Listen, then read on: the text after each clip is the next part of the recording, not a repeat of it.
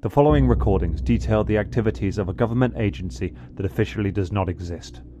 Since 1928, they have protected humanity from the forces of darkness, with honor but without glory. Declassified recently, these files have become known as the Danger Files.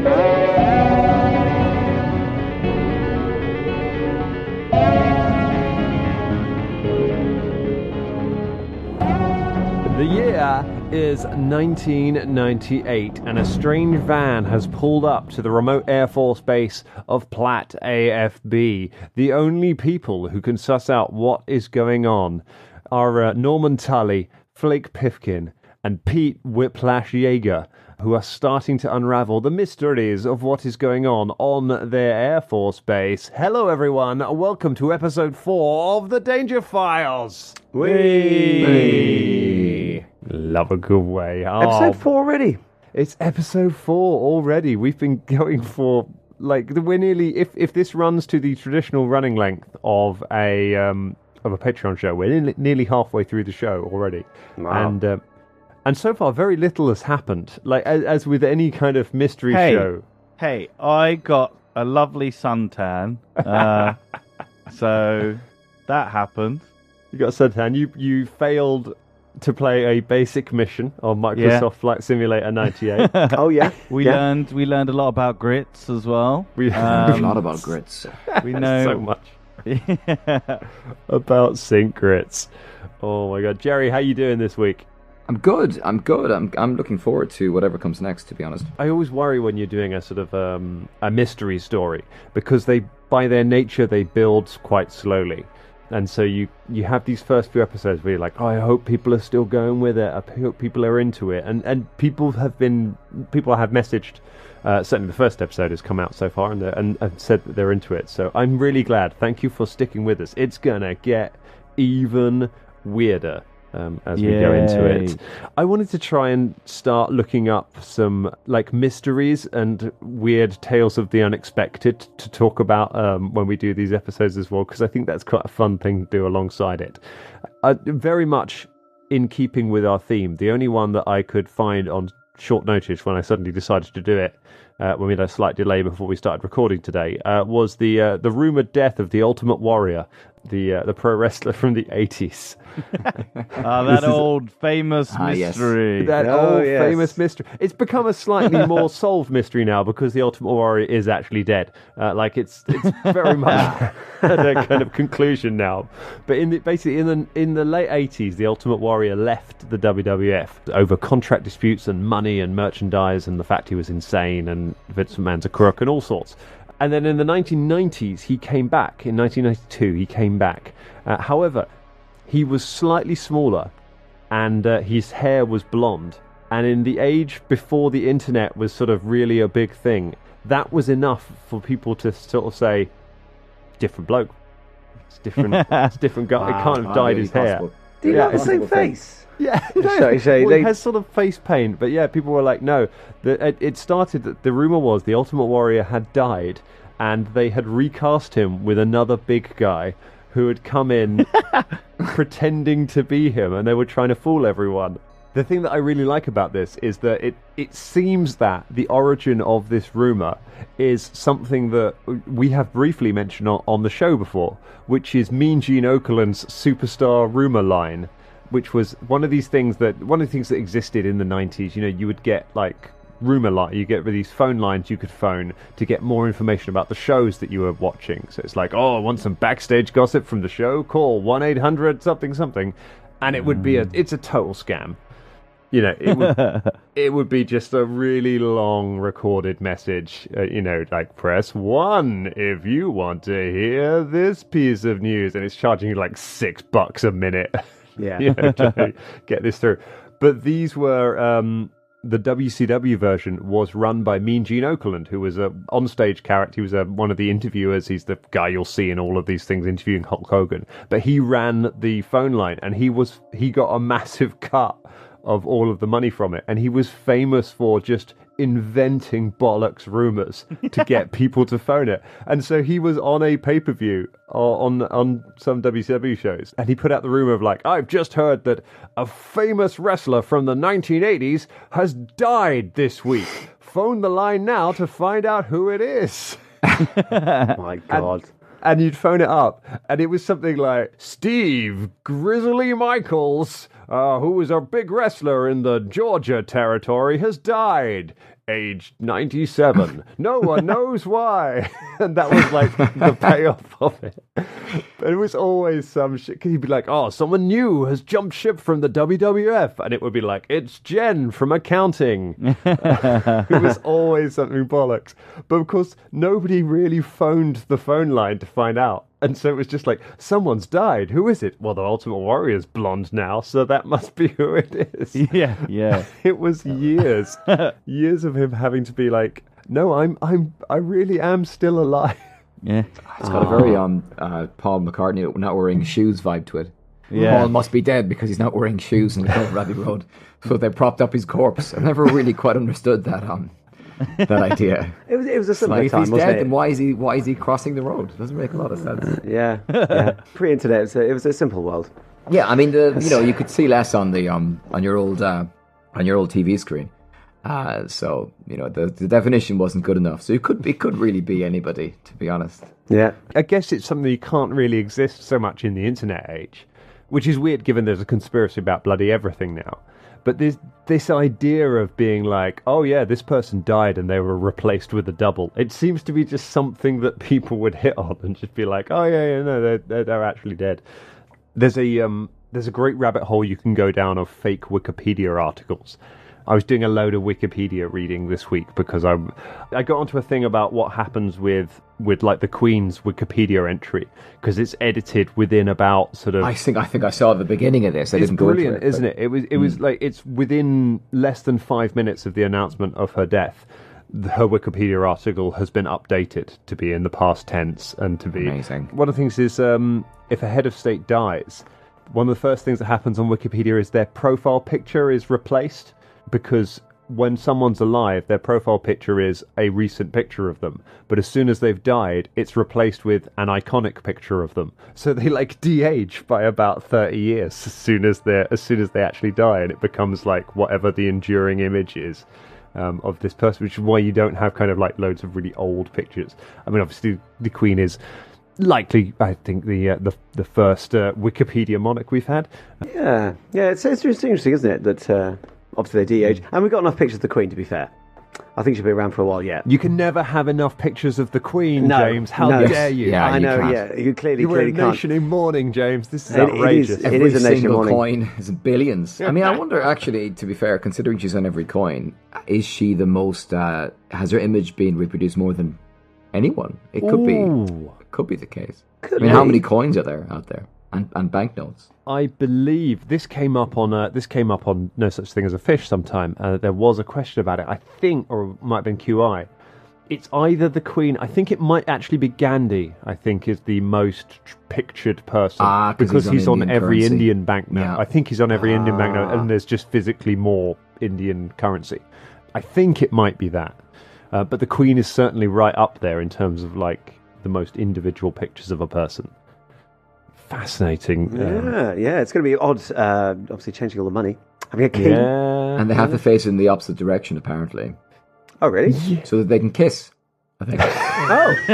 Well, I mean, I'm glad that, such It's consideration very is made. important to maintain such things with the monarchy. Yes, I want to kiss my Just the merest suggestion of incest is always necessary, I think. Oh, well, I mean, that's going to ruin a whole bunch of conspiracy theories if you can't fold banknotes in a particular way that proved 9/11 was staged. That's going to drive people nuts. there's a whole. I can't remember which US. There is a US banknote that's like, I've seen a video of like, if you fold it this way, it looks like two towers, and if you fold it this way, it looks like the Illuminati. And it's like, well, if you fold it a certain way, it looks like a duck. Like this way it looks this way it looks like an airplane. You can throw it into the one that looks like Twin Towers. The Twin Towers, yeah. I've seen videos like that, and it's like, I think you can fold it to pretty much whatever you want. A ball, a little dove, a little swan. I do quite like the graffiti ones where they change sort of Abraham Lincoln to various people and give them outfits, and there's ways you can colour it and change it and stuff. That's quite cool. Because obviously, I guess at some point there will mint new banknotes in the UK, and very soon the old ones will leave circulation, and you'll end up with and it will gradually all cycle out. Interesting. The UK is not, or the UK is one of the countries that withdraws old currency when you mint new currency. So eventually, your old £10 note stops being legal tender. Not every country does that. I found out when I went to Canada that they don't. They bring out new banknotes, but the old banknotes stay in circulation. And my parents had given us a load of old money from when they went to Canada when we were kids, and so we were out there trying to pay with this money that's like went out of circulation in 1993, but it's still technically legal tender. We were like, any time we wanted to buy something from someone under 30, they had to go and check with their manager that it wasn't monopoly money. Oh my God. Actually, a similar thing came up. I got given a tip, and upon opening the envelope, it was a Scottish £20 note, which cued a very long, confusing conversation with the lovely American guide who gave me that tip. Because it's like, but it's £20, and it says it on there, it's £20. It's like, yes, but you don't accept it in England. I mean, you can, but shops can say no. So it's like, I'd rather not have that. We're supposed to. Or when I ran a bar, that was a debate. We are supposed to accept as legal tender. But to be fair, you'd be hard pressed to find many shops that would accept notes at all anymore. Well, this is true actually. Yeah. I was at a little artistic sort of fair sort of thing, little festival, and everyone seemed very confused by money. Very confused. Yeah, it is a ridiculous concept. It's just a drawing of a man or a woman. Well, maybe it some is. Dogs or something. Yeah, but it just seems people with a number on it. Here you go. Have this. Give me some beer.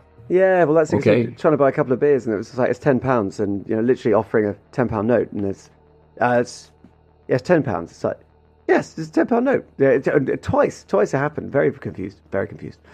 Money. Goodness. Well, I mean, if I were you, James, I would hold on to that Scottish £20 note for a few years until they leave the UK and rejoin Europe, in which case it will probably be worth about 25 quid. Well, it probably would be, yeah. And actually, I did end up getting swapped by the same guide, and she swapped it for a paper 20. I was like, wow, someone's really dumped all of their money on you, haven't they? It's just sort of like, is that legal tender? It is until the 3rd of September.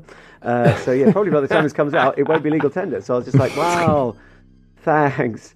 The paper 20. Still very valuable at banking parties around the UK. Oh, I'm sure. and I'm sure everyone's going to be keeping back a little bit of the Queen's Head money just because, going to be changing. Yeah, once all the current banknotes go out of circulation, imagine the amount of cocaine that will leave the British economy all in one go. I know. Shocking. Who was on the new £20 note? King Charles. Probably the Queen. Yeah. But I mean, like, apart from the monarch, who is the celebrity? The celebrity wing of the £20 That's how it happens. I think Turing's on one of them. I'm not sure if they'll change the other person. I don't know.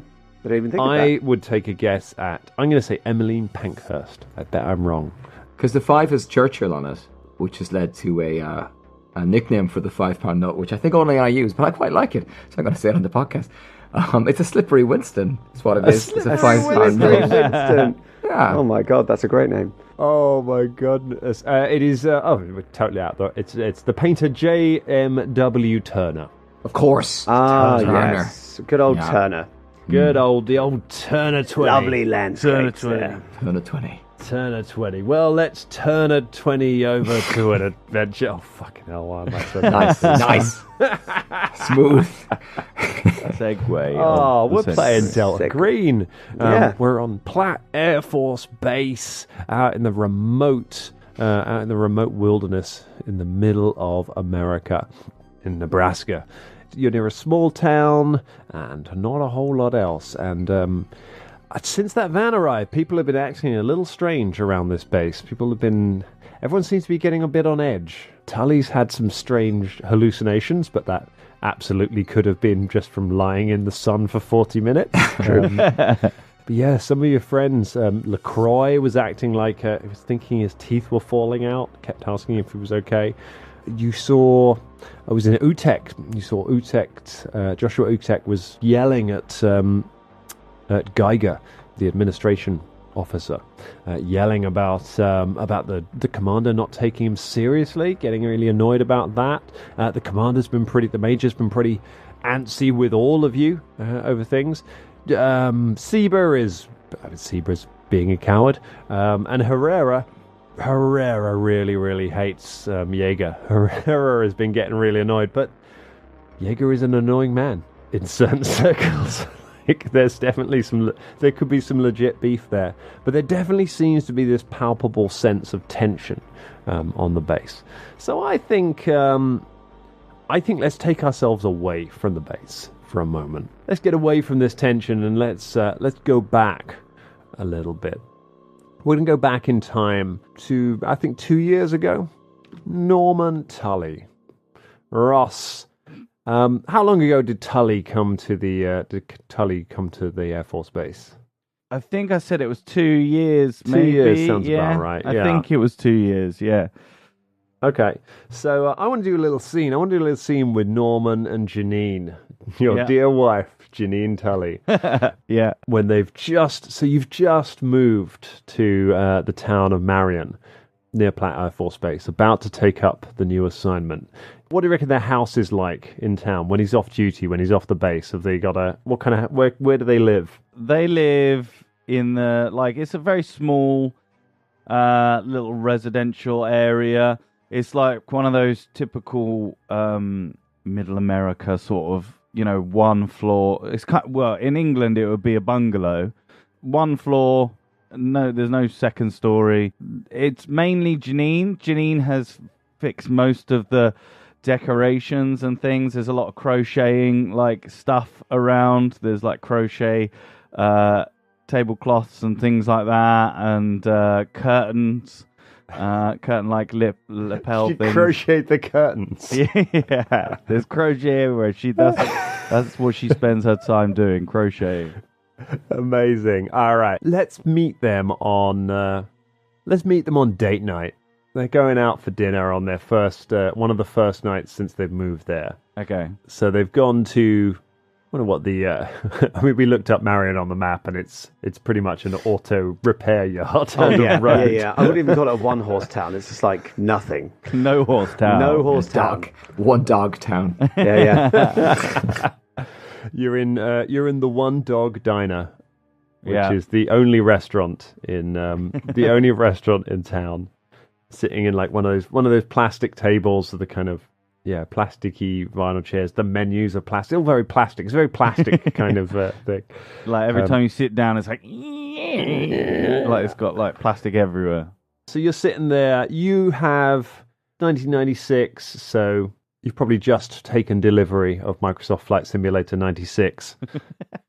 That one's a classic. It's a classic. Classic, yeah.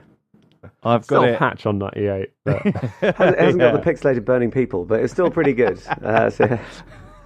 It's a quiet night in the diner. It's always a quiet night in the diner. There's a couple of truckers passing through, having some coffees, and just the two of you. Janine is just looking awkwardly at the. Janine is just looking at the menu, a little bit not used to this. Where did they live before? Where have they come from? Did they live in the city or? Yeah, I think they lived in the city, in an apartment building. So it was very hustle and bustle, and she's very much a hustle and bustle person. Yeah. So coming here is very different for her, definitely. Describe Janine for us. What does Janine look like? Janine has got brown hair. She's got sort of a fringe that goes all the way down to her eyebrows. She wears sort of some 90s big glasses as well. Yeah. She's got a baggy blue jumper that she wears, and then obviously jeans, 90s jeans. She's very much. I just based that off what my mum was wearing in a memory once. So there you go. There we are. Now my mum. I'm dating my mum in my role playing. Excellent. She was wearing it in a memory once. Yeah. It's a strange way of putting it. She wasn't wearing it in reality, but she was wearing it in a memory once. This is gonna be weird. Janine calls over the waitress. The waitress is like 70, has a cigarette hanging out of her mouth. Janine's like, could I see the wine list? And the waitress just kind of arches an eyebrow, looks at her, and then looks over at you, Tully. Points at the menu, and there's just one entry that says wine. There's no description of not even red or white, just this wine.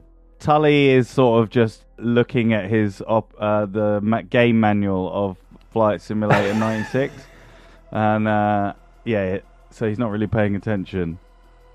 Whoa! He's like, we'll take two. I guess we'll take 2 burgers and a wine, please. The woman's like, fancy, and just takes the menus and walks off. Janine waits for a minute. Is like, Norman, could you put that down for a second? And hey, Janine, did you know there's this simulator's got 6 real airplanes, the Boeing 737 400, and the extra 300S as well. It's also got the Cessna 182 RG, Jesus the Learjet 35A, and the Schweitzer 2-32. Oh, Jesus, Norman, that's more than the original 95 version. Norman, you're an Air Force pilot. You had the chance to fly real planes. Oh, we've talked about this, Janine. They stuck me here. They put me here. I don't want to go over this again. I know, sweetie. I know that but you gotta talk to them about what happened back there. They can't think it was your fault. No one is gonna believe me. No one's gonna believe me. I try to tell, but they don't listen. And they stuck me here. Now now I'm here. It's just a shame. And I'm not saying, look, Norman, I'm not saying I don't feel for all those people that died. I really do. It was a disaster. Yeah, I mean, over 200 people died. It was an almost implausible number for a small airfield accident. Yeah, it was it was weird. The planes only carried 2 pilots, and then it was the debris that killed a lot. It just backflipped into the high school football ground. And if you ask me, they never should have built that at the end of the runway. There, they always said, "Oh, we don't want to have the runway anyway. It doesn't matter." What do you mean, Norman? You're saying it doesn't matter? Look at what's happened to our lives, Norman. I'm sorry, Janine. Okay, I know, Janine. I'm sorry. Okay, I didn't mean for this to happen. I know we were settling down in our apartment in the city, but this is what it is now. This is our lives, okay? Eating at the diner, the One Dog Diner, okay, and having wine on a menu. And me playing the latest Flight Simulator 96. Ooh-wee. she knocks the Flight Simulator book from your hand. It's like, damn it, Norman! Ever since what happened, you've just retreated into your Microsoft Flight Simulator. Every year it's a new Microsoft Flight Simulator. But what about me, Norman? What about our marriage? Look, it's the only thing that I've got. I love you, but I don't. The only thing. It's the only thing you've got. Thing that you've got, Norman. She stands up. She's like, I love you, Norman Tully, and I swear I would stand by you with everything. But God damn it, you don't make it easy for me. I found a delivery company in town who does deliveries to the base. They say they'll only hire a man, but maybe I can find a way around that. Well, that's a really specific thing in the 90s that they're only hiring men. God damn it. Well, the 90s is going to be the year we're going to change all of that. But not right now. Norman, just promise me that you won't waste this opportunity. You've got a chance here to try and rebuild something. You could be a great pilot one day. You could be the greatest air traffic controller in all of America. At least in the Midwest. You're right, Janine. You're always right. How do I end up with a good girl like you by my side? God damn it, I love you, Norman. I love you too, Janine. The waitress comes over with 2 burgers and 2 cups of wine. It's kind of brownish. Oh. Janine shoots you a look. He's like, "We're gonna take those wines to go." Hey, Janine, look in the mirror in the window. There's an advert for tennis. If you want to play tennis. It's so strange that this town has a tennis coach. But you know what? I have always wanted to learn tennis. Seeding it. There you go. Zoom out. Yeah. Zoom out from that. See Norman sitting at his computer happily in a cupboard playing Flight Simulator.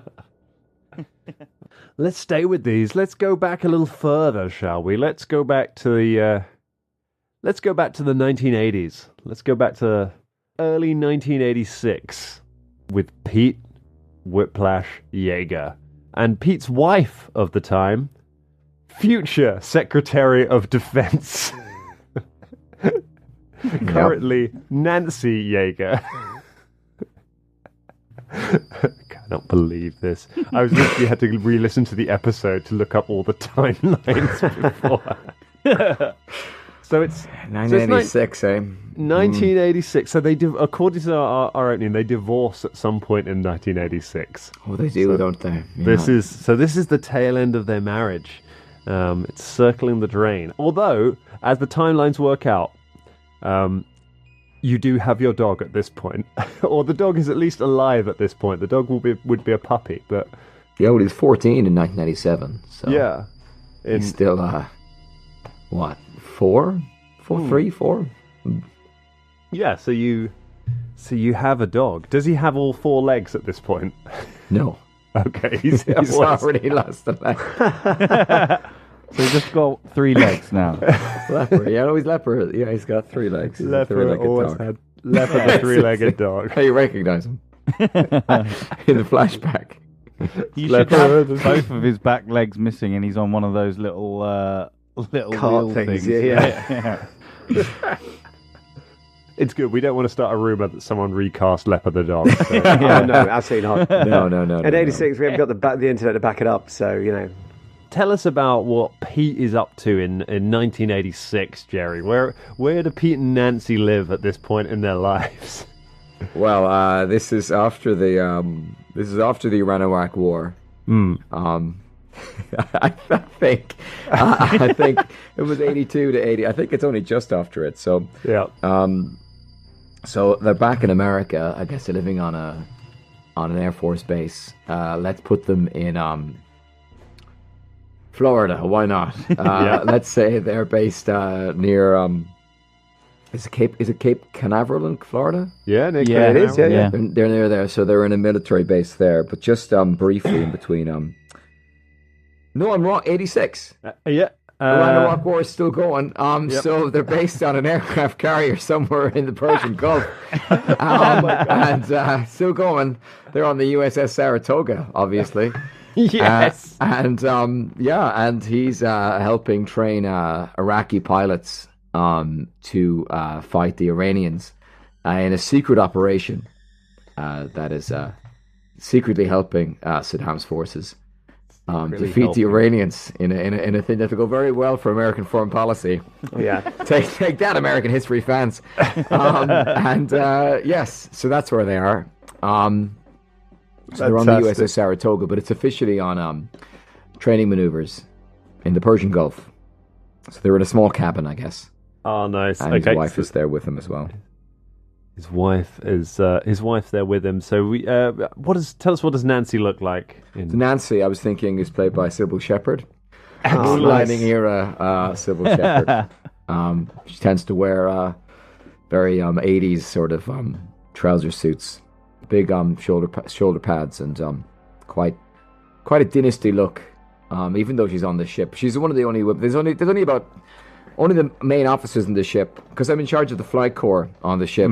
So only a few of the officers can have their wives aboard. So there's only about 5 civilian wives on the ship, including Nancy. What does Nancy do at this stage? Because I was looking up like the career path of how you become a Secretary of Defense, and and like if we're being real, she'd have to either be in Congress or be like maybe like a district attorney at this point, or be a member of the military. Yeah, let's say she's in Congress. Okay. Maybe she's a state senator, and Nice. and that's how she's managed to. So it's only a visit. She's visiting. She's doing like a tour of the armed forces, and she's using this as an excuse to visit Pete on the Amazing. on the Saratoga. I'm assuming that's an aircraft carrier. Sounds like it should be one. It sounds like an aircraft carrier. Yeah. Yeah. Old Senator Nancy Yeager. Senator Nancy Yeager, yeah. Well, Senator, I guess, I imagine it would be Nancy Buchanan Yeager. I imagine she would have kept her. Nancy Buchanan Yeager, Senator for which state? Ohio. The great state of Ohio. Wow. For no particular reason. She just is. So yeah, your door opens in your quarters on the Saratoga, and in steps Nancy Buchanan Yeager, played by Sybil Shepherd, in her power suit, her escort, who is with her, military escort. She's not just got an escort with her. Not like what a date. Yeah. She says it's like Senator, and steps back. She steps into the room. What is Pete up to at the moment? What is Pete doing in his room? He's painting. He's doing an oil painting of because I've said it, that's his only hobby. He's doing an oil painting of an iguana that he has sitting. He's a dead iguana that he has posed on top of a couple of apples. Is it a stuffed iguana or is it just No, a it's dead? dead. It's dead. It's just dead. It's beginning to rotting away. smell a little bit. He found it. The Saratoga is very well stocked for art supplies and dead muses. No, it's a secret. No one else knows. He's It's got a secret iguana. he's a secret iguana. I guess he maybe found it on do they have iguanas in Iraq? I don't think they do. Maybe it was a gift from an Iraqi military attaché. Pete ended up getting killed in transit. I'd like to think that obviously he got a weight allowance and he decided not to take books and other things. He decided to take a dead iguana. I'm going to use that. Yeah, he was doing a study of iguanas at the moment. Maybe 86 is the year of the iguana studies. And so he's taken a slowly rotting dead iguana with him. And the cabin is strewn with like 20 paintings of this particular iguana. There's some of them are okay. Some of them are. There's a progression. It's his iguana period. Yeah. We've all had one. That's fair enough. Nancy steps in and closes the door behind her. Says, Pete, I see you're still painting iguanas. Nancy, yeah. I'm going through a real phase. I'm really trying to capture. Do you like this one? I think I've really captured his sense of unease at being an iguana. It's unnerving, Pete. The window, the eyes just seem to stare out at you. Yeah, it's because they're on one side of his head. Simultaneously follow you around the room and follow someone else around the room. That's chameleons. Pete, look, can you stop painting for a moment? I need to talk to you about something. I could just, all right, he's beginning to, lose, his cohesion of his flesh. He's beginning to fade because he's quite old. Okay, I'll stop. What do you want? What is it, Nancy? Should I call you Senator? What is it, Senator? What is it? Fine, I'll stop. You know I don't like it when you call me Senator. I know you don't like it. Well, when Nancy and Janine sound quite similar. There's no conspiracy here. They're not the. Yeah. I've been talking to my team. We're starting to plan for the upcoming elections. John has some concerns. John has concerns. Does he? What?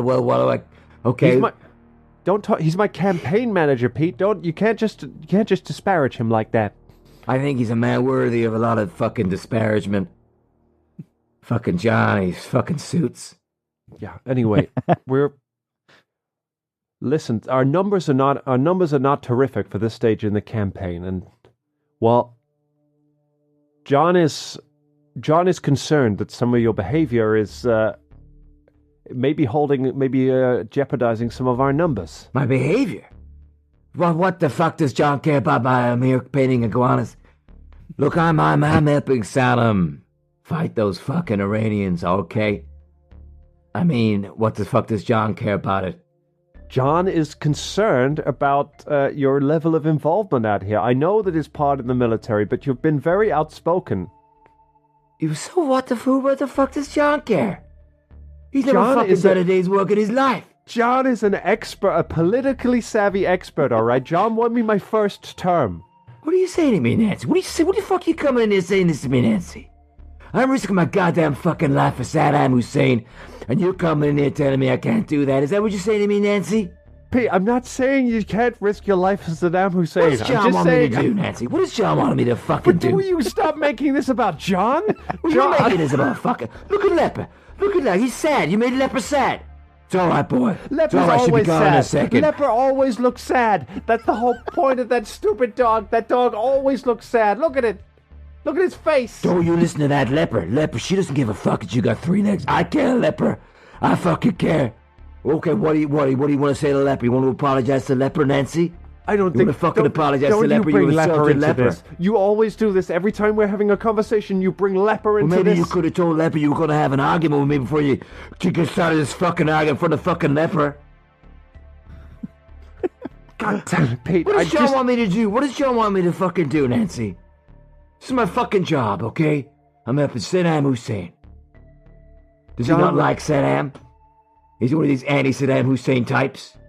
He's our bulwark in the fucking region, Nancy. He's our fucking bulwark. Who else is going to be our voice in this fucking region if it's not for fucking Saddam Hussein? Okay? These fucking Iraqis need to know how to fly. They need to know how to kill. Okay? Without fucking Saddam Hussein. Who do we fucking gotta rely on, huh? Who do we fucking gotta rely on? The fucking Mujahideen, is it? The fucking Mujahideen. I love you turning more into like Al Pacino now. Yeah. He's younger, he's less lung cancer going on. Pete, I'm just saying that you're not the only person in this marriage. I have a career here that I am trying to protect. And I don't have a career? I'm not saying your career is not valid, Pete. I'm here, Annie. I'm here on the USS Saratoga, which is a real aircraft carrier. I'm here, Annie. I flew all the way out here. What, to tell me that John isn't happy with my job? Look, I didn't fly out here just to tell you that. I flew out here to see you, but I see that that's all you want to talk about. Well, you're the one who brought it up. I'm painting iguanas here. Painting your fucking iguanas. They don't even look like iguanas. Okay, fine, I'll humor you. What the fuck? What would John prefer me to do here? John would prefer that you would consider... I would prefer that you would consider a role somewhere in the military, maybe back home. You could take a training job. You could make a fortune. You could serve your country training American pilots. Well, you got a problem with Iraqis? I don't have a problem with Iraqis. Why do you always have to... You are impossible, Pete Yeager. I'm impossible. You're the one in my fucking cabin. Here I am, half covered in oil paint. The iguana's going off, and you're telling me I should be back home training American pilots? Well, you know what? Maybe I'll leave you. I should leave you in your cabin with your rotting iguana and your rotting feelings. Okay, well, my rotting fucking feelings. Fuck you, Nancy. Fuck you, Nancy Buchanan. Yeager. Fuck you, Pete Yeager. She turns around and slams the door behind her. Did you hear that, leper? Did you fucking hear that? Says Leper in a voice suspiciously unlike his voice in the present day.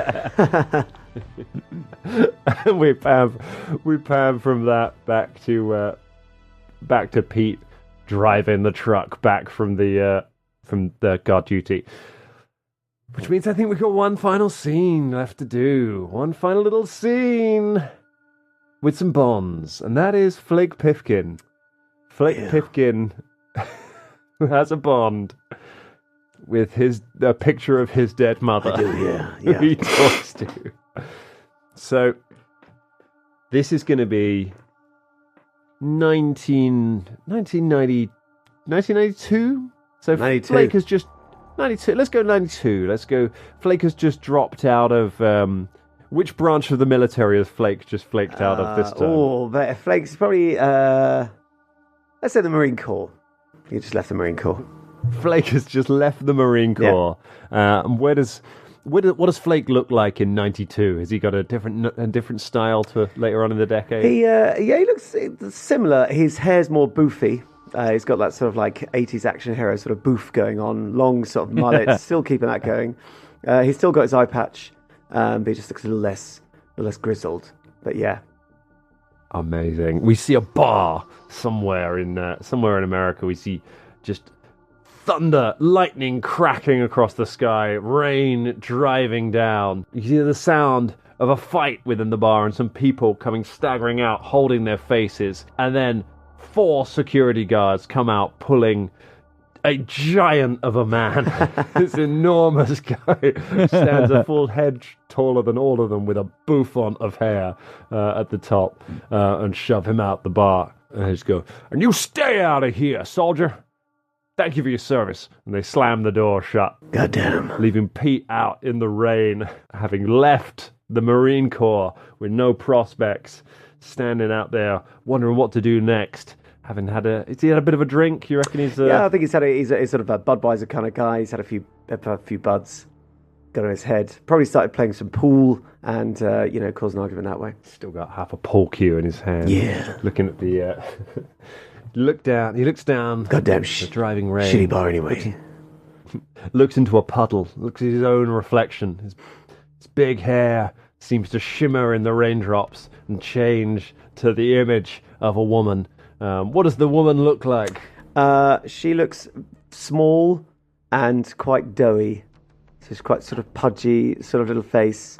The sort of old lady you'd expect, sort of lady, make cakes for a fete or something like that. She's quite good-natured.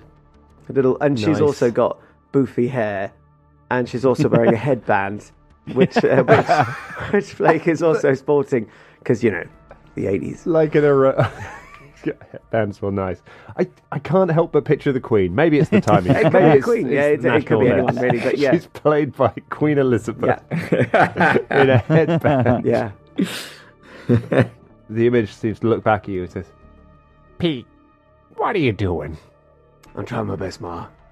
But, I just can't seem to get on with these guys. They don't respect me." "You were always such a good boy. You always try so hard. Why can't you get on with people, Pete?" "Well, just because I just like to use my fists, Ma. Do you remember that little Williams kid? I punched him through that wall when I was 4. Oh, he had it coming. He had it coming. I still don't regret it. He had it coming. Little shit. Punched him through a wall. I punched him through a wall. Yeah. Yeah." Some passerby's like, "Through a wall?" Yeah. "Hey, fuck off. I'm talking to my Ma." Oh, sorry. Who the fuck was that guy? "Oh, I don't know, some jackass. If he doesn't look at me wrong, I'm gonna punch him through a wall." Piff, you gotta stop punching people through walls. Yeah, but that's why God gave me these fists. Look at the size of these fists, Ma. Oh, I know. I don't need to look at the size of them. They came out of me. I remember that. I know. We've always been blessed as a family with uncommonly large hands. You gave me these hands, Ma. You gave me these hands. You remember your father's hands. Your father's hands got him in trouble, Piff. Well, yeah. Yeah. You remember what your father did with those big hands. And we'll never live down the shame of it. Well, it's true. It's true. I remember after he died just saying, please let my boy use his big hands for good. Ma, Whatever. I've been trying, Ma, but this wasn't a world made for big hands. It's all about the small, withered little hands. God damn it, it makes me so frustrated. Handles are too small. Glasses are too small. Everything's too small. So I punch people through walls.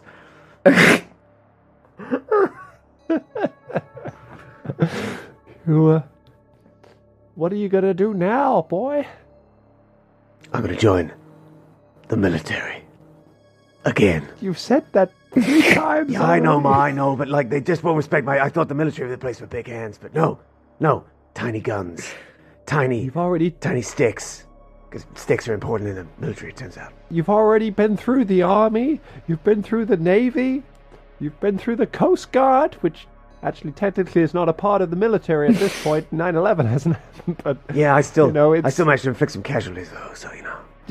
You did? I did. You've got the highest kill count in the whole of the Coast Guard. I did, yeah.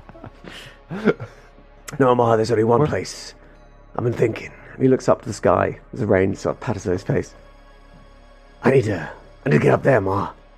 And maybe up there there's space. Space for me and my giant hands. You're gonna go to Mars, boy? No, Ma, I'm gonna join the Air Force. I'm gonna go with the clouds, with the birds. I thought you were going to start singing. Maybe I will. Another random stranger. Maybe I will. Or maybe I'll go and join the Air Force. I think that's where I'm at. Well, just... Ma. Whatever you do. Yes, boy? You're proud of me, Ma. I'm always proud of you, Piff. You're my little Piffkin. My little Piffagrin took. Yeah, I was a fan of the Lord of the Rings. I always remember you reading me The Hobbit in your Bilbo voice. Yep. Do your Bilbo voice for me again, Ma, just one more time. oh, Mr. Frodo. Why am I saying Mr. Frodo is his uncle? That's Samwise Gamgee, Ma. I can see that even though you're dead, you still have the dementia. Sorry. Yeah. Sorry, no, Bilbo. I can't remember. Bilbo. Let's do Bilbo. That's a different... Oh. The ring is mine, Gandalf. Oh, yeah, that's it, Ma. That's the good stuff right there, yeah. Right? Yeah. I know. But you still flaked out before I read you the Silmarillion. Well, I did. I'm going to be honest. Tom Bombadil put me off the entire franchise. I mean, the guy's just ridiculous. I mean, who put Tom Bombadil? It doesn't make any sense. Why don't you just give them the ring? Oh, you love my Tom Bombadil. I can't stop doing the Hobbit. Ma. I'm a Hobbit forever. That's it. That's my Hobbit, Ma. With your big hands and your big hairy feet. All right, Piff. Piff, I've always believed in you. I know, Ma. I want you to go out there, and I want you to become the best pilot in the history of America. I'll do it for you, Ma. I'm not gonna let you down this time. Good. I'm gonna do it for me. I'm gonna end up a hero. I'm gonna end up at a great base, or maybe an aircraft carrier like the Saratoga. Oh, that is a famous aircraft carrier. Famous. I want to see the stuffed animals, Ma. They're incredible menagerie of rotting animals. It's really quite something. I hope you become incredibly successful, and that the one thing you achieve everything except the feat of becoming Top Gun, which, as numerous people have pointed out since our first episode came out, is the Navy and has nothing to do with the U.S. Air Force. Oh, yeah. That's why I punch people through walls, Ma. They're just smartasses. That's what I was going to say. Well, you punch one of them for your ma, Piff. I'll do it for you, Ma. And the rain hits the puddle, and we pan back from the reflection of Piff to the reflection of him looking at himself in the wing mirror, kind of muttering, "Do it for you, Ma." While Pete is sat next to him, muttering about Nancy. The two of you drive back towards the poker game, and we'll go back to the present day. Oh. We've found a little bit of what's going on. So It's poker night. So we know that Pete and Piff are heading back to the base to take part in the poker night after Cantu rigged things so that he and Herrera ended up stuck on guard duty. They're going to be doing guard duty while the poker game's going on. Still something weird about Cantu. And you're heading back for the game. Let's just pick up what did Tully do with the rest of his afternoon while he was after he'd had his sort of weird encounter with LaCroix. I think he went back and played until the poker night was happening. I think actually he went probably and sat in one of the planes that was in the hangar, or and did that cinematic look at the plane while it's in the hangar, and put his hand on it and touched it a little bit, and then went back into his little room and played Flight Simulator, I think, until the poker night, and then he walks over to where the poker night was happening. All right. I would like, before we get into the poker nights, I would like a sanity check from all three of you, please. Oh, God. Okay. For the time that has happened here. D100, isn't it? D100, you want to get under your sanity. So under your sanity point. You want to get under your current sanity. Okay. Oh. Yeah, 31, and my current is 54. Nice. 31 under 54. Sane. I did not. I got 66. Oh, my sanity point okay. is 50. It's a fail for Piff. And Tully? Annoyingly, I had 45 sanity points, and then now it's 44, and I rolled a fucking 45. Oh, no. So annoying. So, Tully and Piffkin, I want you to... I've been calling you... Your mum calls you Piff, which I guess is like a shortening of your surname. She doesn't call you that. Yeah, because my name's Flake. It's just like... Completely real. Yeah, it's like... Whose mother doesn't call them by their surname? Well, yeah, exactly. And you also call me Pete, and I don't know who Pete is. I did call you Pete I know, at the start. I was calling him... She was like, why are you calling me Pete? And I was like, maybe it's a pet name. I don't know.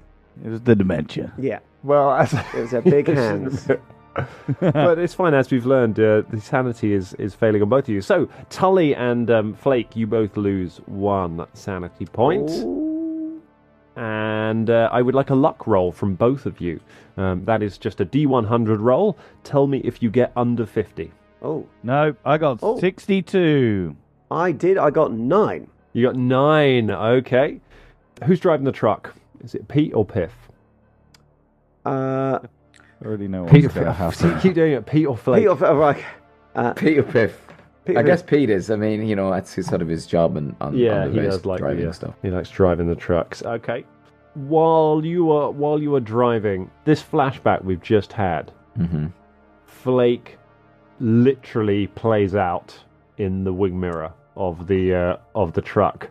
Your mother's face appears in the wing mirror, and Pete has a conversation with the reflection. And Flake does. Flake, sorry. Why can I not do this? Your names are so weird. Yeah. Why am I not remembering this? I know, but he keeps talking to me and then just saying Pete. I'm like, well, I was never Pete. I'm never Pete, literally. Flake. Pete. Has a Whiplash. Yeah. Flake is having a conversation with himself, seemingly with his own reflection in the wing mirror of the truck. You all right there, Flake? Oh, yeah. I'm just talking to someone special. Yourself? No. My ma.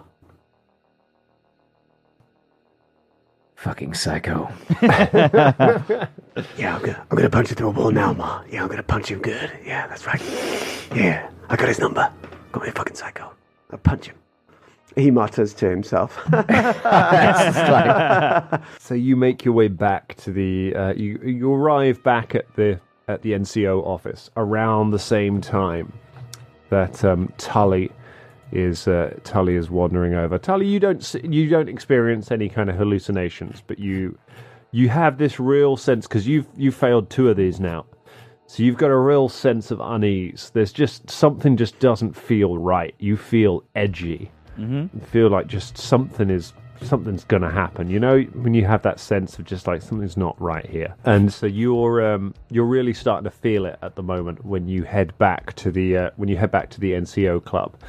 You're in the main room of it. There's a pool table, there's a foosball table, an old dartboard up on the side, and there's one large table that currently Utek is trying to drag across the room. Utek's just like, Tully?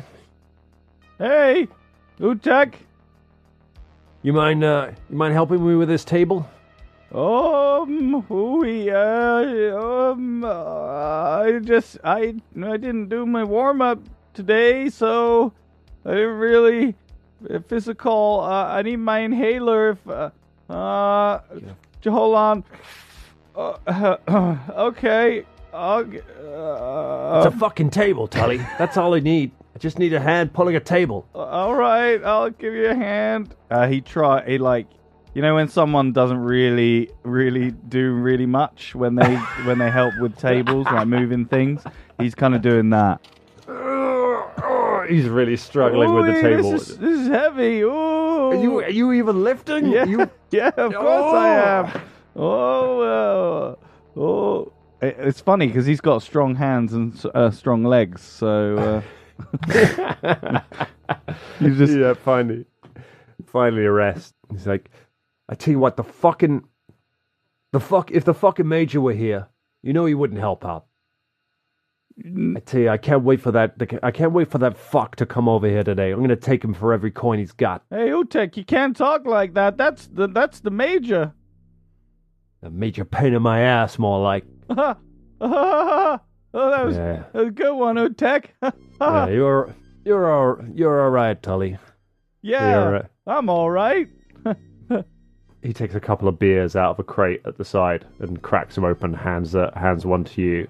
He's like, fellas like you and me, we got to stick together, huh, Tully? Yeah, and as he opens, is it a bottle beer or a can? I guess it's a bottle. As soon as he opens it, it just shoots up, and he puts his mouth over it.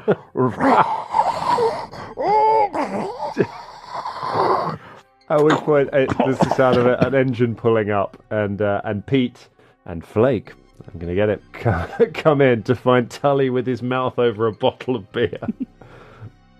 I just shake my head. Oh, Christ! That's a man's way to drink a beer. The door opens, the Major steps inside, flanked by a couple of others, and says, all right, boys, who's ready to play some cards? And slams a deck of cards down on the table, and we'll find out how that game goes next show. My goodness, that flew by. Nice. Found out a bit. We'll see you in 2 weeks, everyone. Oh, it's time for the game. Bye. Bye.